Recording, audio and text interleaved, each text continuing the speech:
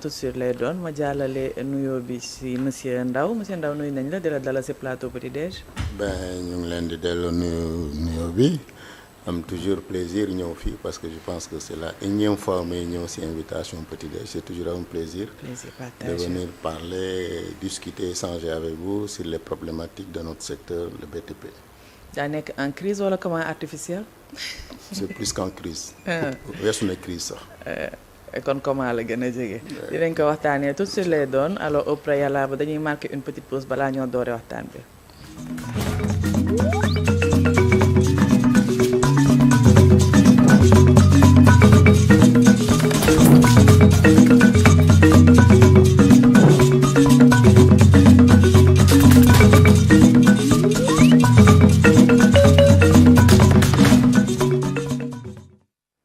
Mardi 3 février 2026, il est 9h20 dans les locaux de Walfadjri, l'heure parfaite pour prendre votre petit déjeuner. Alors d'ores et déjà dañ koy tàmbali avec suñu rubrique Écoterre ñuy dalal monsieur Jaraf Alassane Ndao fas yéene waxtaane état actuel du secteur BTP. Alors monsieur Ndao, BTP déjà quand on parle du secteur du BTP, on fait allusion à quoi?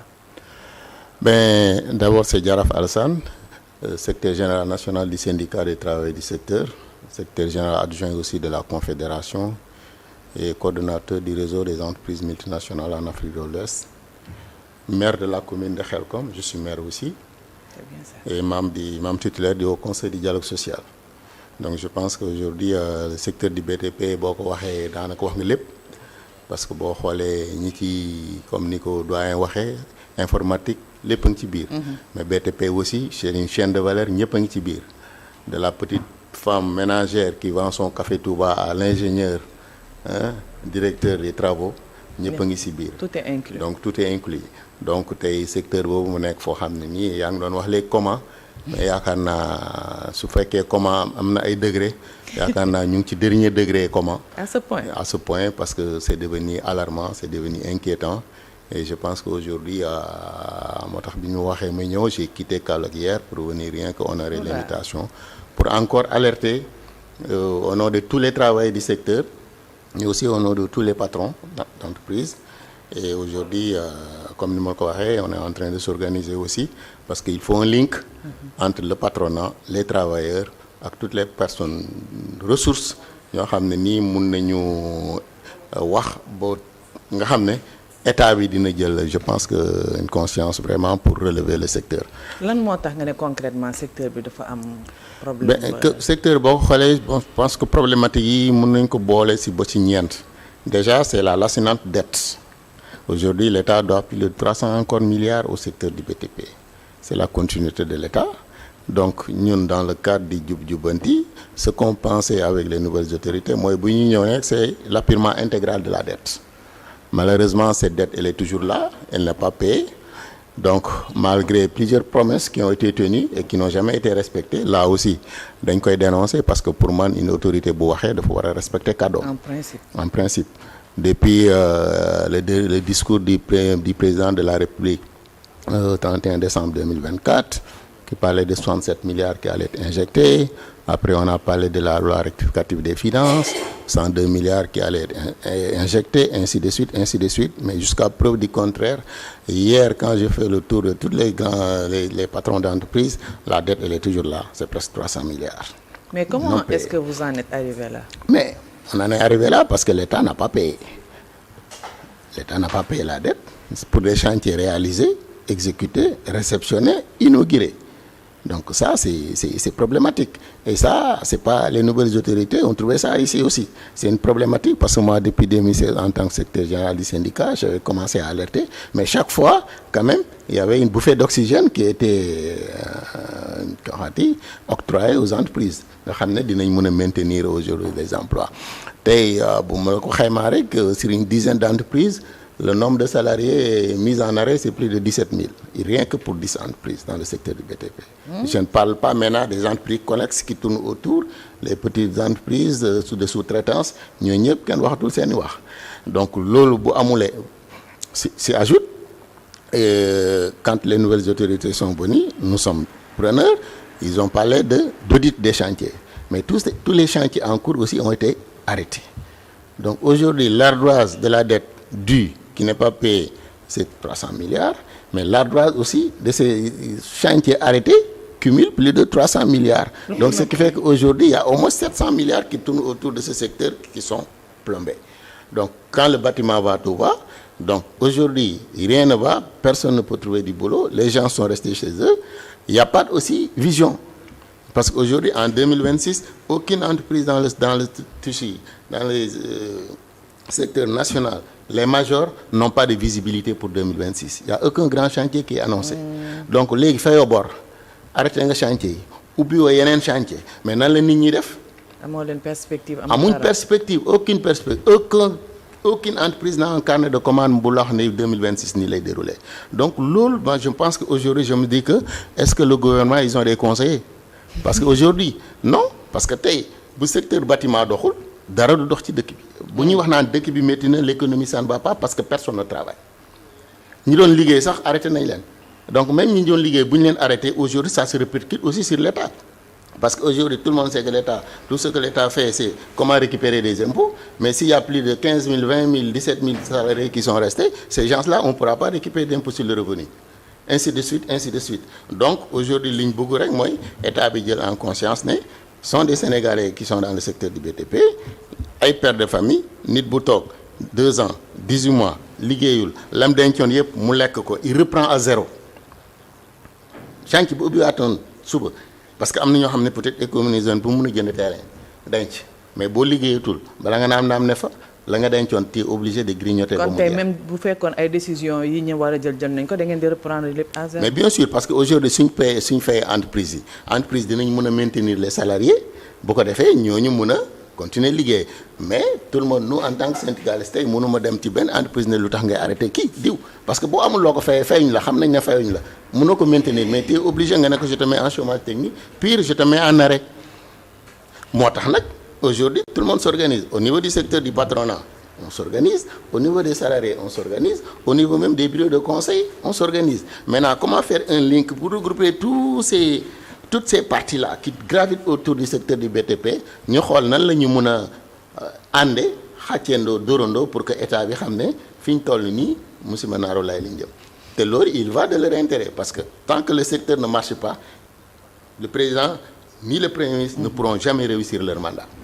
Mais lan moo waral problème bii nii concrètement ak moo agsi fii moo agsi problème planification budgétaire la ni ñuy distribuer les marchés lan moo waral problème bi problème déjà comme ni ma la ko waxee problématique dette bi continuité la état bu ñëwee ñoom bu ñuy dem danañ fi bàyyi bor boo xam ne ñii ñëw dañ ko war a fay donc état bu munti ñëw bor bi nga yoral ay nit da nga ko war a fay donc est-ce que déficit xaalis lañ am on sait pas je suis pas dans le secret des trucs je suis pas ministre des finances je suis pas dans le truc mais li wër ñun li ñu yitteel mooy yoral nañ ñu liggéey nañ réceptionné nañ fay bu ko fayee bu ñu fayee entreprise yi mën a maintenir salarié fay leen parce que tey y a pas mal d'acquis sociaux y a pas mal de kii yoo xam ne nii dañ ko négocier avec les entreprises mënuñ ko mettre en exécution parce que nit bu yorulee boo xëyee si jëkkër yoru dépense da ngay xëy di ko laaj na da ngay toog michu muy dem li jën mënta nekk mu ne bu leen leeree na nag fay nañ ko nous en tant que salarié li ñu war a laaj ñu laaj ko mais tey ñun suñ combat yëpp mooy la survie de nos entreprises il y va de notre intérêt nous en tant que travailleurs il y va aussi l'intérêt de l'État parce que tout le monde sait que nos grandes entreprises aussi l'État c'est le plus grand client souvent le patronat que ça soit les 2 grands syndicats du patronat souvent ils sont obligés de faire jouer avec l'État parce que xëy na fa ñu war a mën a waxee xaa ci dóor si taab mënuñ ko parce que l'État c'est le plus grand client mais nous salariés non ça c'est pas notre problème pour nous c'est l'État la faute c'est l'État. léegi yow lan ngeen jàpp problème budget la wala priorité politique. Non pour man peut-être l'État ne prend pas au sérieux le secteur du BTP. Et ça, c'est une grande erreur. C'est une erreur monumentale si l'État pense que le secteur du BTP là mun nañ ko kii liñ bëgg mooy na fay chantier yi mu arrêté d'accord nañ nga càmbar mais munoo toog 2 ans 3 ans nga arrêté ay chantier ne da ngay audit ça n'a pas de sens xanaa amuñ ay expert mënoon nañ continuer di liggéey di xool bu ci nekkul ci norme ñu jubbanti ko ñu dem mais aujourd'hui il y a pas de jubbanti. C'est du jalgati. Non, c'est vrai. Parce que nous, c'est qu'on pense. Parce que fayooñu chantier yi arrêté nga ubbi woo benn perspective kon fu ñu jëm.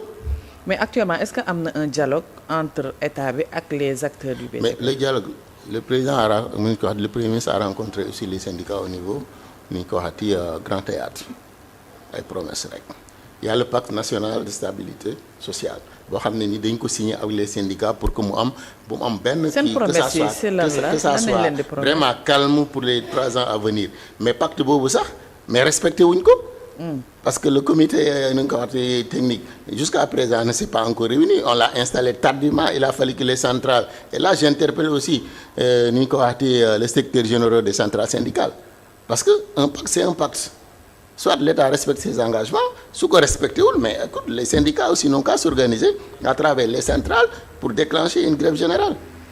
Mais grève, est-ce que c'est toujours une solution? Bien sûr, c'est une solution parce que si on arrive à mobiliser tous les salariés, à bloquer tout le système, mais c'est une solution. C'est une solution et la loi nous permet d'aller en grève. Parce que aussi pacte bi c'était pour que bu kenn grève bu kenn kii mais pacte bi comité technique bi sax laa la wax bi ñu koy laata installé.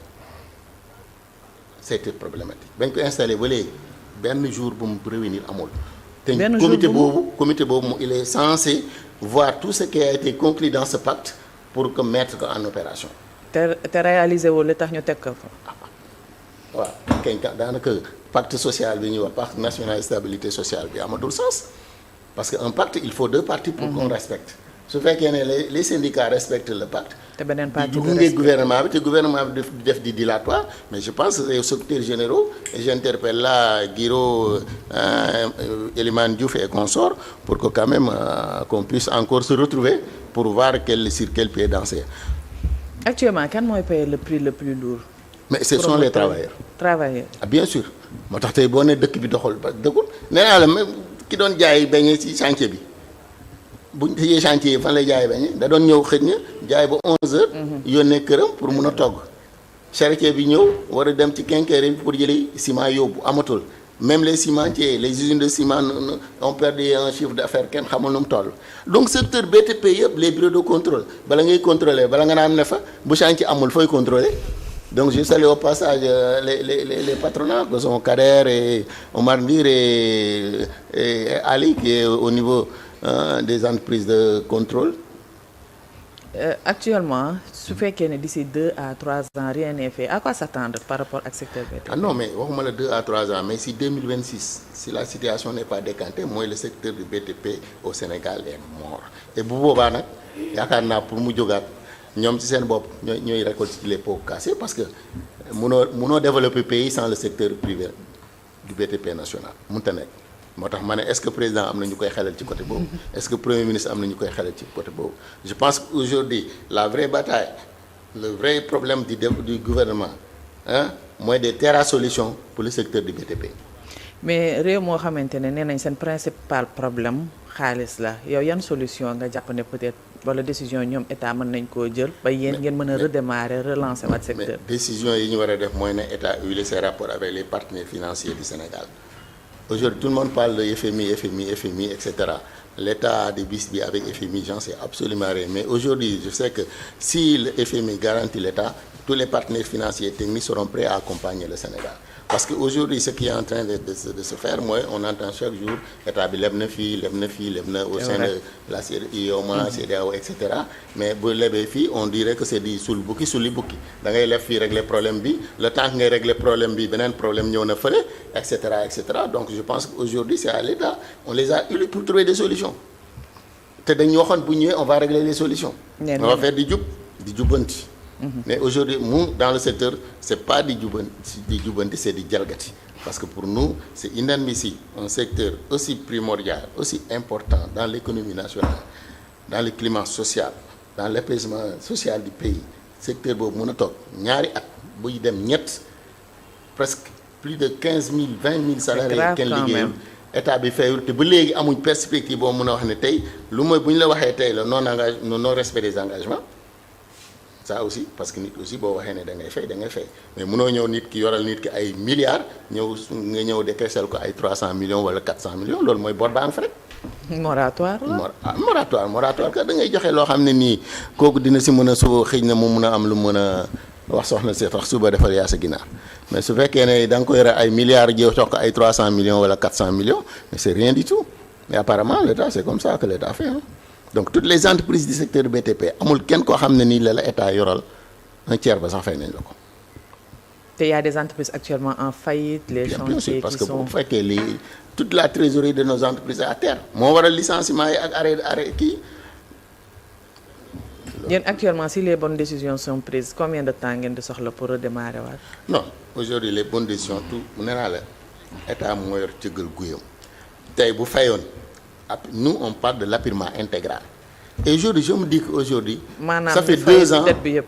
ça fait 2 ans que l'emprunt bi État def à travers eurobonds yooyu on parle de 10 000 11 000 milliards le secteur ne réclame que presque 1 000 milliards 300 350 plus 700 ça fait 1000 que oui alors sur ligne leb yëpp yaakaar naa waroon nañ mun jël sur 10 000 wala milliards yi ñu mais leb li ñu leb yëpp sul bukki la comme ni waaw mais war nañ mun a jël bu ñu lebee au moins ñu mën a jël secteur boo xam ne ni parce que secteur la boo xam ne ni bu doxee réew mi dox loo xam ne nag bu doxee réew mi dox man pour man kooku mooy priorité priorité des priorités c'est le redressement du secteur BTP pour que ce secteur soit debout capable d'absorber ñi nga xam ne ñi tey ñu ngi toog parce que tey dara gënul métti nga toog ñaari at liggéeyuloo sa économie ya nga amoon yëpp la ko même si on redémarre les salariés vont redémarrer à zéro parce que ku ci nekk la nga économiser woon lekk nga ko ba fi mu toll nii am na ñoo xam ne ñu ngi jaay seen i kër ñi ñu ngi jaay seen i oto ñi ngi jaay te lépp état bi moo ñu ko teg. mais rôle banques yi collectivités locales yi promoteurs yi ci seen difficulté yi ngeen di dund. mais banques yi ñoo gën a am problème parce que banques yi ñooy lebal ñooy lebal parce que tey boo amee ordre de service rek war a kii da ngay dem sa banque ne ko man marché bi maa ko gagné je démarre lebal ma temps mais banques yi tout le monde est impacté banques yi gën a impacté invité banques yi nga laaj leen. keroog j'ai fait un forum sur les difficultés du secteur du BTP j'ai invité la caisse de sécurité sociale mais cette caisse aussi aujourd'hui elle est plombée parce que la caisse ce sont les travailleurs qui cotisent donc s'il y a moins de cotisants mais évidemment les recettes de la caisse vont aussi day res donc lim laal dafa bëri. Absolument. Donc tey yaakaar naa comme ni ma la ko waxee li ñu soxla vraiment mooy terra solution mais pas vraiment ay yenn kii ñuy def ci table yi loolu c'est pas ce qui va faire que les Sénégalais vont retrouver le sourire. Monsieur Am Samba xanaa dégg nga kàddu yi nga xamante ne monsieur Ndao moom la yëkkati jëmale ko ci secteur BTP bu dee am nga ay kàddu wala ay questions yoo xamante ne bëgg nga ko adressé. waaw dégg naa ko kay mais xam naa ne ça devient critique. mais très je pense critique que voilà jot na peut-être autorités yi gën a bàyyiwaat xel secteur bi jàpp naa sax bàyyi nañ ci xel. mais peut-être indi ay solutions. yu gën a jàmp. voilà c'est pas yéen aussi est-ce que di ngeen dajeek ñoom. non bien sûr. ok parce que tout récemment wax naa ko le premier ministre avait réuni tous les syndicats au niveau de Grand Théâtre après le patronat a rencontré le premier ministre et d'ailleurs rencontre boobu yow c'était inquiétant parce que dafa ne bëgg naa fay mais awma lu ma fay xam nga loolu problème la. ko wax loolu. bi mu rencontré le patronat. le premier ministre avait dit que si je pouvais payer j'allais payer aujourd'hui mais à l'instant awma mais loolu du solution awma mënuma moom du solution parce que quand même ce que nous avait vendu mooy mais nit bu tollee fu mu ne mënuma awma ça veut dire que non un chef d'État un chef de truc ne doit pas dire mënuma on doit trouver des solutions parce que bi ngay laaj da nga ne woon ñëw jox leen ma bu ngeen ma joxee je serai là pour vous accompagner pour trouver des solutions pour régler vos problèmes donc doo ñëw ne mënuma mënuma moom nekk lu ñu wax wala on a plus marge de manœuvre nekk lu ñu war a wax il doit trouver des marges de manœuvre war nañ fexe ba liñ diggoon nit ñi mooy ku ci nekk secteur ba nga nekk ci à l'aise ñu gunge la jàppale la si loolu mooy kii mais mënuma moom du solution il doit aller chercher des solutions. mais nit mën ngaa am yéene. mais les conditions ak la réalité du terrain. ma ne la condition ak réalité terrain boobu moo taxoon nit ñi am yaakaar ne la ni ñu koy waxee tribunal la. awa léegi awa loolu moo taxoon ñu teg la fii yaakaar moo tax ñu teg la fii pour nga mën a animer émission mais bu ñëwee ba teg la ci micro bi nga naan man kat mënatuma animer émission bi yaakaar naa normalement waroo faa toog ñaari non. en principe. non on doit trouver des solutions et c'est à eux de trouver des solutions. parce que eux qui sont devant Sénégal yëpp dañoo taxaw ne yéen lañ am na yaakaar kon nag bu ñu ñëwee ñun nag secteur bi ñu nekk yaakaar bi ñu amoon et j'en suis sûr et certain que si je me defoon nañ ko waxee recensement si tous les secteurs du BTP si les xaw ma 17 corps wala plus de corps de métier qui gravitent autour ñu bëri xëy na ñoom lañ sànnil seen carte. ndax yaakaaroon ne bu ñëwee affaire yi day gën a nooy day gën a neex payoor yi day yokku te yooyu yëpp waxaguñ ci ñun xam nga fu mu toll li ñuy kaas mooy nañ fay entreprise mais problème yi nekk secteur bâtiment yëpp mooy nañ fexe bo salaire u secteur bâtiment travailleurs yi ñu mun ko yokk conditions santé sécurité ñu mun ko wax revoir le code du travail la convention collective xool de telle sorte que entreprise yi nga xam ne mooy les multinationales yi nga xam ne ni ñëw nañ di gagner de grands chantiers te il foule au pied le droit des travailleurs amuñ délégué syndical amuñ dara amuñ nii l'état bi di ko xool ñun foofu la ñu doon xaar aussi donc lii fi ñu nekk gum survie la mais bu paree nag ñu ne nañ na xool nag démarrage ngeen di lijjantee gum ñun fi mu toll nii nañ fexe ba ñu bañ a yóbbu fële Yoff ni Touba ni feneen mais ñu taxaw mun a bu paree nag ñu doog a wax si yeneen yi parce que aujourd'hui li ñu war a wax bëri na secteur BTP état dafa ko war a dooleel tout ce qui est grand projet yii ñëw ñu jox leen si li ñuy wax la part belle parce que tey dañuy wax souverainisme loolu la ñuy wax donc souverainisme nag kon doo nekk samba alaar da ngay jox ñeneen ñi ci kër gi nañ gis seen bopp ba pare ñu surveiller nag xool aussi ñoom nan la ñuy def ak travailleurs yi bu ko defee nag on ne refuse pas quand même les entreprises multinationales on ne refuse pas la mondialisation mais quand même souverainisme bi ñu wax nañ njëkkee marché bi bu nekkee tant de milliards nañu wax ne ak 2/3 yi kat entreprises nationales yi ci des multinationales wala ñu boole leen nga xam ne nii dina am retour d'expérience nga xam ne bu ñu fi jógee li ñu def ñun dinañ ko mën a liggéey yooyu yëpp ay problématique la ci secteur bâtiment et travaux publics mais problème majeur bi daal mooy tey ñett yéen ma la wax nañ fay bor bi chantier yi arrêté nañ ko ubbi nañ ubbi de grands projets bu ko defee projet yooyu di ñëw yi ci ëpp nañ ko jox la part belle aux entreprises nationales gunge leen encadré leen bu ko defee facilité yi ñuy defal multinationale ñu defal leen ko Sénégal yi mun a liggéey mun a retrouver le sourire ku ci nekk mun a dem ñu fen yeeg fayen yi mun a am ceebu jën bu nooy seen kër. te y a pas moyen également ñu redémarrer sans pour autant fay bor bi. nan ngay redémarrer te fayoo bor. munoo redémarrer te fay bor bi. tout le monde sait que au niveau du chantier bâtiment travaux publics lu ko gën a métti amul munoo démarrer te fayoo bor parce que boo gisee bor bi lu ko waral lu bëri loolu parce que souvent da ngay den gis entreprise ñi jox ko rek ordre de service nga gagné ak marché bi nga dem à partir de tes propres moyens. nga dem pour accompagner l'État tàmbali liggéey tàmbali def ay investissement tàmbali def say décompte léegi nag boo defee décompte ñeenti décompte ñu fay la benn nga ne non garaawal maa ngi xaaraat di xaaraat mooy waral cumul boobu loolu yëpp dafa war nag bu ñu fayee ba mu jeex ñu fexe bu loolu yëpp dootul am parce que normalement nit bu la liggéeyalee ba pare dinañ ko war a fay nga constater que le travail est bien fait am na lu ñuy wax ay retenue de garantie à partir de 1 an wala 2 ans en fonction des chantiers bu jàllee nga xam ne liggéey bi def na ko normalement li nga ko yoroon la retrait de garantie nga delloo ko nga xam ne chantier bi def na ko bu ko defee cumul bi du am. mais dans ces conditions est-ce que secteur privé mënati na compter ci état comme donneur d'ordre. non secteur privé foog nee naa la tey le secteur privé national le plus grand client c'est l'État donc état mooy génne ay marché secteur privé bi accompagne normalement ça doit être du win-win.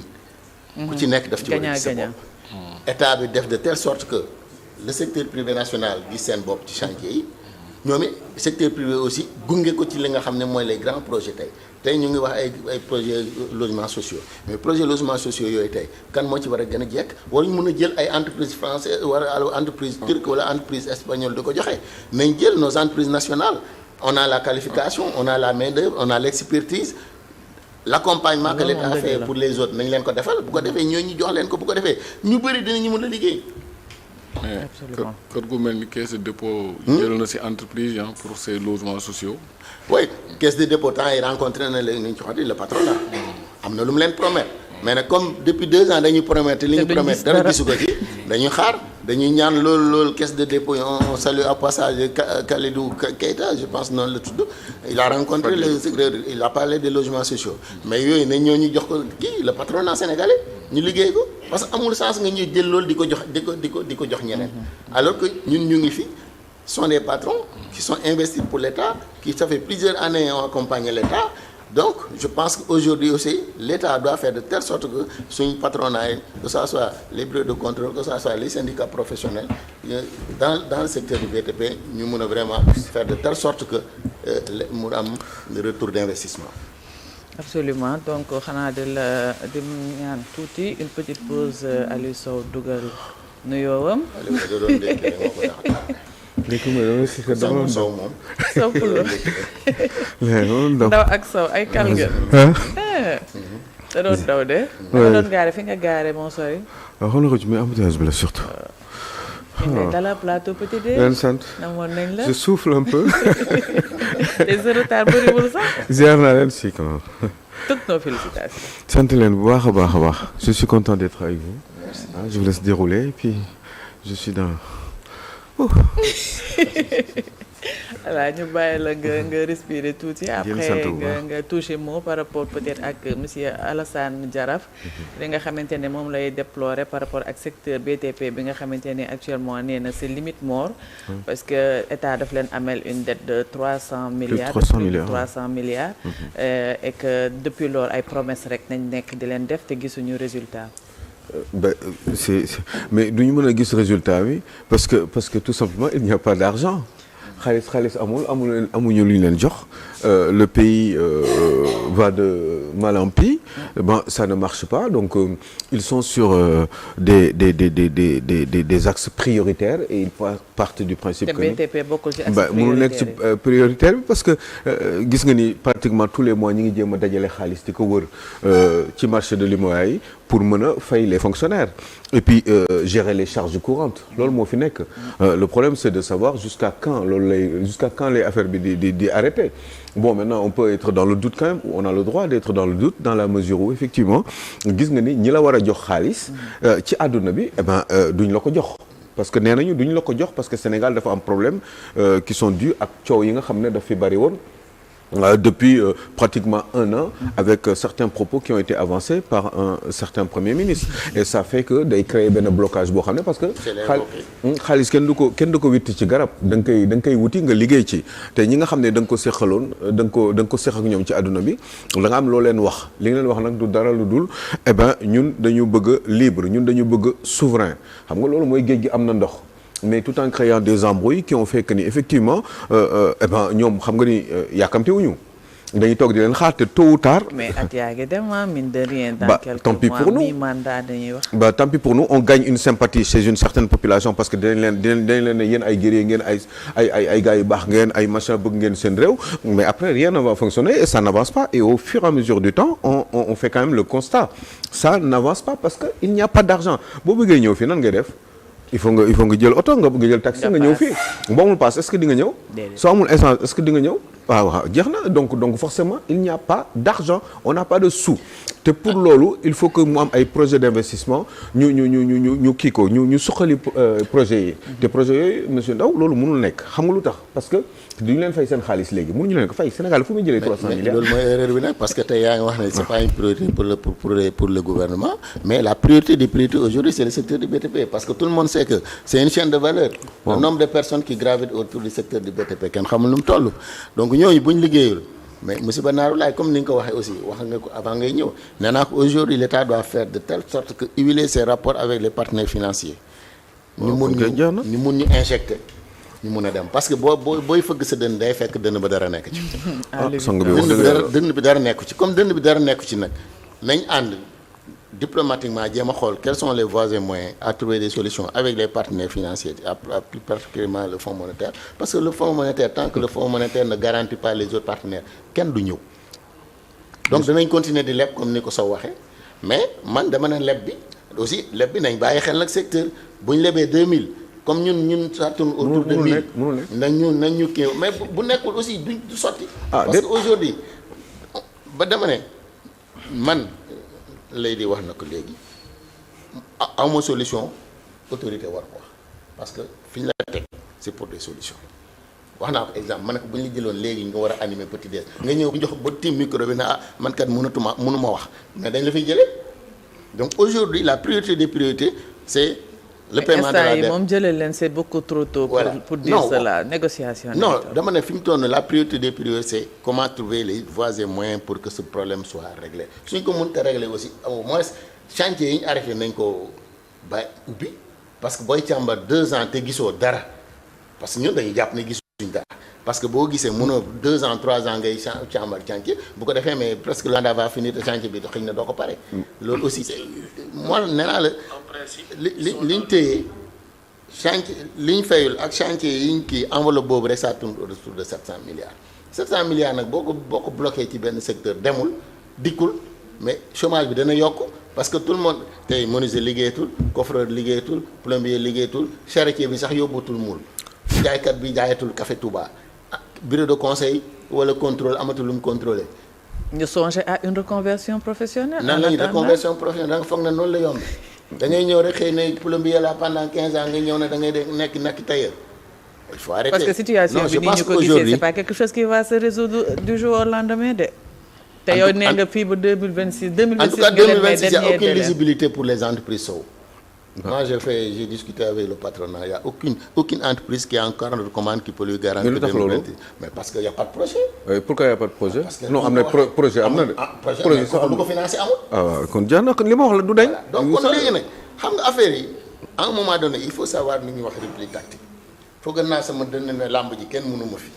man damay demal sama bopp soxla ma cummikaay mais ñu dem ba nga wóor na ne foog nga am cummikaay mooy nos partenaires nos anciens partenaires nañ dem waxtaan ak ñoom man kat ni ma ko yaakaare woon nekkul noonu xam nga léeg-léeg kër sama papa daan na quoi léeg-léeg da ngay léegi dañuy kii ba pare ñu naan mère bi li mu togg tey neexul mu ne parce que da ngeen joxewul dépense. voilà dëgg la boo joxee dépense yow sa papa mi joxee dépense li ñu ko toggal du wax ne neexul parce que xam ne xëy na mère bi sax yokk na ci. pour mu mun a neexee noonu. donc aussi problème bi loolu la nañ juboo ji ak ñi war a jubóol. xam nga monsieur am xaalis monsieur Ndao fay bor bi. je ubbi ay chantier nit ñi liggéey ñun loolu rek lañ laaj ñu ñaanal leen jàmm ne ñooy ñu am jàmm mais tant que loolu amul ay yii ñuy def ak ay nenaa daal ñun daal wax dëgg yàlla Terra Solution war na mun a am. xam nga monsieur Ndao solution bi mooy ñoom ñu taxaw jàkkaarloog sénégalais ne leen ñun depuis ñaari at. mbir yi nii la demee. débrouillez-vous amuñu xaalis on n'arrive pas à avancer léegi ñun xëy na ni ñu ko xalaatee woon demeewul woon noonu léegi lii la ñu xalaatee buñ ñu waxee loolu ñun ñu xam ndax loolu xel nangu na ko wala nangu ko parce que évidemment gis nga yaa ngi wax waxu FMI fii leer na Serigne Touba ñaari at ci ginnaaw mais loolu wax naa ko fii ba sonn waxoon naa leen lii ngeen di def nii. yàlla na leen yàlla may li ngeen bëgg ba ngeen yegg ci nguur gi di ngeen xam ne lépp dëgg la archive yaa ngi fii génnul te vous allez le regretter am na yoo xam ne mun nga ko wax di nga am benn sympathie ci population bi waaye ca cappaandaw ga dina leer nañ parce que il faut nga xam àdduna nu muy doxee ak Sénégal nu muy doxee Sénégal nan la war a def pour s'enrichir on a besoin des autres projet d'investissement yi ngay wax yépp lenn kese moo ko mën a lijjanti mooy xaalis bi ñuy jëlee ci réew mi ci wàllum fiscalité bi dajale ko ak li nga xam ne moom la ñuy lebal ay projet d'investissement nga xam ne yooyu mooy permettre mbir yi di dox fu nekk di dox du BTP bi sax kese mais lépp xam nga BTP bu doxee jaaykatu ceeb bi nekk à côté moom du dox borom mool bi nga borom saret bi ngay wax noonu du dox donc yooyu yëpp pour que mu am il faut que ñu déclencher loolu te loolu il faut qu'il y ait de l'argent qui soit injecté dans ce pays là te xaalis boobu ñun amuñu ko dafa am koo xam ne nag dafa am ay wax yu mu doon wax nee na mbir mi lépp mën nañu ko def économie endogène mais économie endogène d'accord mais ça au moins c'est sur le moyen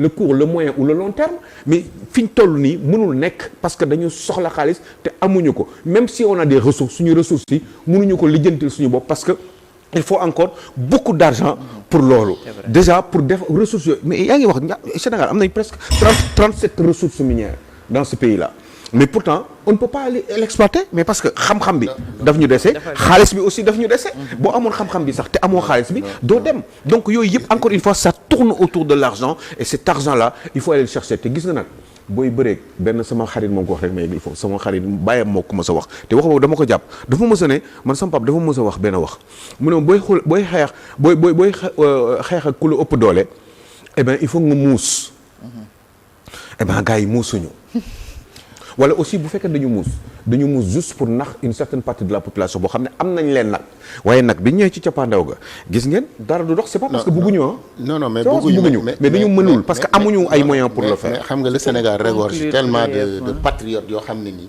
des hommes d'affaires yoo xam ne nii des patrons d'entreprise yoo xam ne nii ils ont les idées. tey tout récemment j'ai lu le président Oumar Ndir que je salue au passage c'est le président du syndicat des entrepreneurs, des entreprises professionnelles du BTP. Mais ñooñu ñëpp ils ont des idées. nañ leen accompagner. bu ko defee ñu dem. mais ñooñu ñi nekk fii wóoluwuñu leen. wóoluwuñu leen ce sont les deux grands syndicats patronaux qui ont des idées. qui ont l'expertise. mais qui ont le patriotisme. qui ont l'engagement pour accompagner ce pays. ñooñu da nga leen di déglu ñu wax leen nañ defal nii mais su fekkee déglu woo leen du sotti. mais ñooñu ñëpp ay sàcc lañ la ñu wax. mais non xam nga. ce mot de la fin xam nga loolu waxtu wi tënk nañu. nit ñi xam nga nit ki boo ñëwee naan comme tu dis boo nekkee ci touche bi nga wax lu la neex mais boo ñëwee confronté à la réalité di nga xam ne li ñu doon wax xam nga diw sàcc la yow jàppoo ci loxo gisoo mu jël ñi nga jot a wax ne sàcc lañ sax nga yóbbu leen nee nañ génne nañ leen kon yooyu moom wax joo xam ne sax waratul sa wax parce que man j'ai peur de dire que diw sàcc la le mot de la fin daal mooy je le répète tous les acteurs du secteur du BTP en commençant par les travailleurs parce que ñun ñooy souffrir le plus parce que tey quel que soit Alpha muy président Omar Ndir chantier bi bu taxawee it moom peut-être dépense wàccu ko mun na ko bu tëddee nelaw président Kader bu tëddee nelaw ak keneen ak keneen mais ñun salarié yi bu ñu tëddee duñ nelaw wala suñu oto jaay nañ ko wala suñu kër hypothéqué nañ ko kon su fekkee ne vraiment l'État c'est pour accompagner vraiment dimbali nit ñi mooy secteur bâtiment et travaux publics na ci taxaw jël ko pour continuer li soo wax du priorité bu nekkul priorité moom duñ réussir tant que secteur bâtiment et travaux publics doxul amul dara luñ fi mun a def loo xam ne nii mun nañ ci am résultat parce que nag ce sont des milliers de Sénégalais qui sont dans ce secteur yoo xam ne nii moom lay yaakaar moom lay jàng plusieurs corps de métier ci lañ nekk ñooñu bu taxawulee bañ nañ ko ba wax ko quand le bâtiment tout va mais aujourd'hui le bâtiment est dans le gouffre on est xam nga 4e sommet di comment buñ amuñ nag injection juba ji ak ñi ñu war a lebal xaalis ñu ñëw juboo dem yaakaaroon ne la nga waxoon noonu la nga dem ba xam ne du noonu il faut avoir le courage de revenir en arrière pour dire que man kat ni ma ko gisee woon du nii nañ toogaar waxtaan trouver ay solution loolu moom la ci am di leen di sant di leen di gërëm di saluer l'ensemble des acteurs du BTP di waxaat aussi les secteurs généraux il faut que le pacte national de stabilité sociale soit revu parce que l'État ne respecte pas ses engagements et quand l'État ne respecte pas ses engagements nous ne sommes pas obligés nous aussi de respecter à se fier à ce pacte boo xam ne nii le comité technique jusqu'à présent n'a pas encore démarré les travaux. Ça peut se comprendre. En tout cas, merci beaucoup. C'était un plaisir dalal la émission Petit Déj. Mine de rien, vous participez sax à la croissance économique donc war nañ leen war a mën a jàppale bu baax a baax. Dañuy marquer une petite pause avant d'enchaîner avec la prochaine rubrique. OK.